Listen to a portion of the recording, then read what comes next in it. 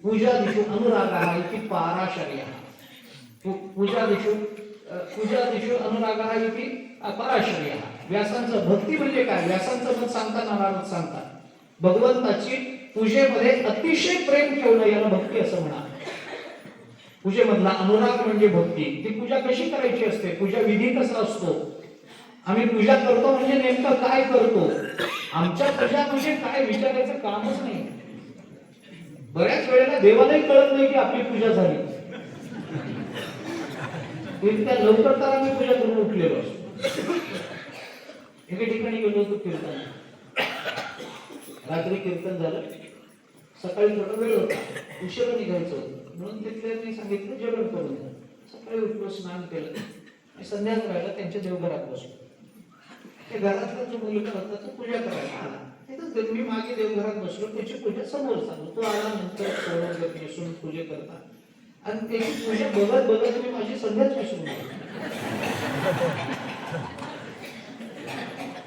बघतच बसलो त्याची पूजा।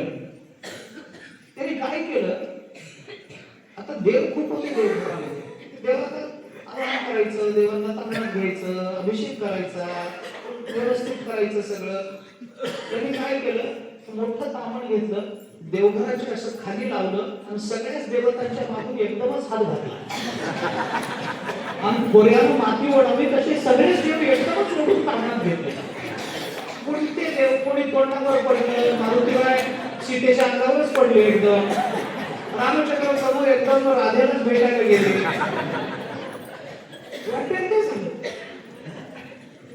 मला वाटलं काय करतो देव जाणे, त्याने ते सगळे घेत। मला वाटतं गडबड असेल, काहीतरी झालं असेल, तांबणामध्ये अभिषेक करेल असं मला वाटलं। अवतांतर केलंच नाही त्यांनी काय केलं, ते सगळे देव जे होते त्यांना अभिषेक केला नाही, ते सगळे तांबण असं घेतलं त्यांनी, दोन्ही बाजूला हात लावून सगळे देव असे हात लावून तांबणं तांब्यात होते।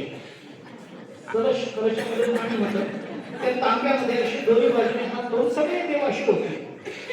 वतल्यानंतर मलाही काही कळेना आणि त्या तांब्यावर असा हात ठेवला,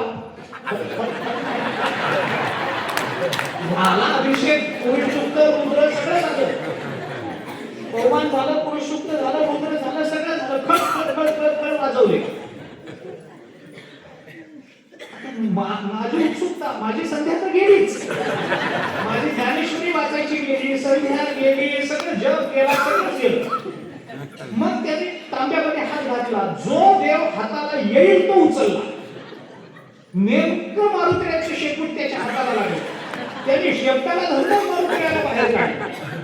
मला वाटलं कुसेल वस्त्राला झटकलं आणि झटकून देवघरात मांडलं नाही असं टाकून दिलं। मग ते कोण टाकलं, कुणाच्या जवळ गेलं, कुठे कोण बसलं, सीतारामाजवळच बसेल याची शाश्वती नाही, रुक्मिणी पांडुरंगाच्याच बाजूला उभी राहिली याची काही खात्री नाही। मला आश्चर्य वाटलं। मग त्यांनी ते उभा गेलं, गंध होता ते गंध असं घेतलं, त्याचा असा गोळा केला आणि निर्दास फेकून मारला, कुणाच्या नाकाला, कुणाच्या कपाळाला, कुणाच्या तोंडाला, कुणाच्या पोटाला, जिथं गंध लागेल तिथं लागेल। कसे देव प्रसन्न होणार हो? आपल्याला पूजा विधी कळायला पाहिजे। पूजा विधीमध्ये क्रियेला जसं महत्व आहे, 3 गोष्टींना पूजेमध्ये महत्व असतं। पूजेचं तंत्र सांभाळावं लागतं, तंत्राला अनुसरून मंत्र यावे लागतात आणि तंत्र आणि मंत्राच्या मागे भाव असावा लागतो। या 3 गोष्टी एकत्रित आल्याशिवाय पूजा निष्पन्न होत नाही।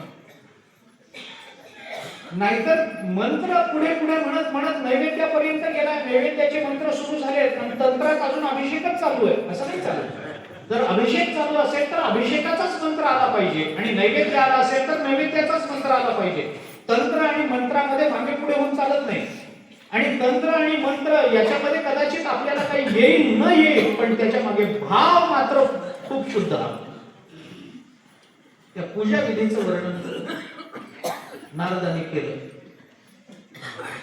त्यानंतर सगळे देव भगवंताकडे उपस्थित झाले। भगवंताला त्यांनी प्रार्थना केली की देवा, वैकुंठाला आपण परत यावं याची विनंती करायला आम्ही आलो।